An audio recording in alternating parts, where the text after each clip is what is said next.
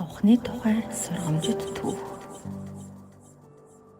Нэгэн өдөр ханаар шагааж суусан хулгана фермер болон түүний эхнэрийн хайрцаг задлж байгааг анзаарчээ. Хайрцагнаас хулгана барих хавх гарч ирэхийг харсан тэрээр цочин сандарч хашаар үгийн гарч бусаддаа анхаарууллаа. Хулгана барих хавх авчирчээ, хулгана барих хавх авчирч гэж хашгирлаа. Будаа таншиж явсан дахиа. Ноён хулгана минь, энэ асуудал танд бол үнэхээр чухал байж болох ч надад ямар ч хамаагүй гэдүүл ошолоо. Хулгана хайдаар очиж гуйхад уучлаарай хулгангаа. Би юу ч хийж чадахгүй. Харин таны төлөө залбирч болох юм гэж хариулав. Үнээч мөн адил. Би ямар нэг аюулд орсон биш дээ. Тийм болохоор энэ бол миний асуудал биш гэлээ. Ингээд хинч түүнийг таасангүй.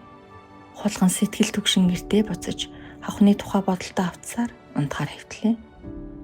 Шүн дунд хавх тас хийж фермерийн эзний эхнэр хавханд юу орсныг харахаар гүйн очоод харанх үед хавханд орсон хортой муугайг харалгүй хатгуулж юм. Фермерийн эзэн сандарч эхнэрээ эмнэлэг түргэн өндөр халуунтай эхнэрээ гэртээ авчирлаа. Түүнийг тэнхрүүлэхийн тулд дахиад шүлэн зориулж надлав. Гэвч биеийн сайжрахгүй хэвээр байсан тул хөршүүд эргэж ирэхэд энэ удаад гахайг нэдэлж зочдод барьлаа. Харамсалтай нь эхнэрийн амь насыг аврах боломжгүй болж тэр нас орлоо. Оршуулгын зардал олохын тулд фермер үхрээ малны талгааны газарт худалджээ.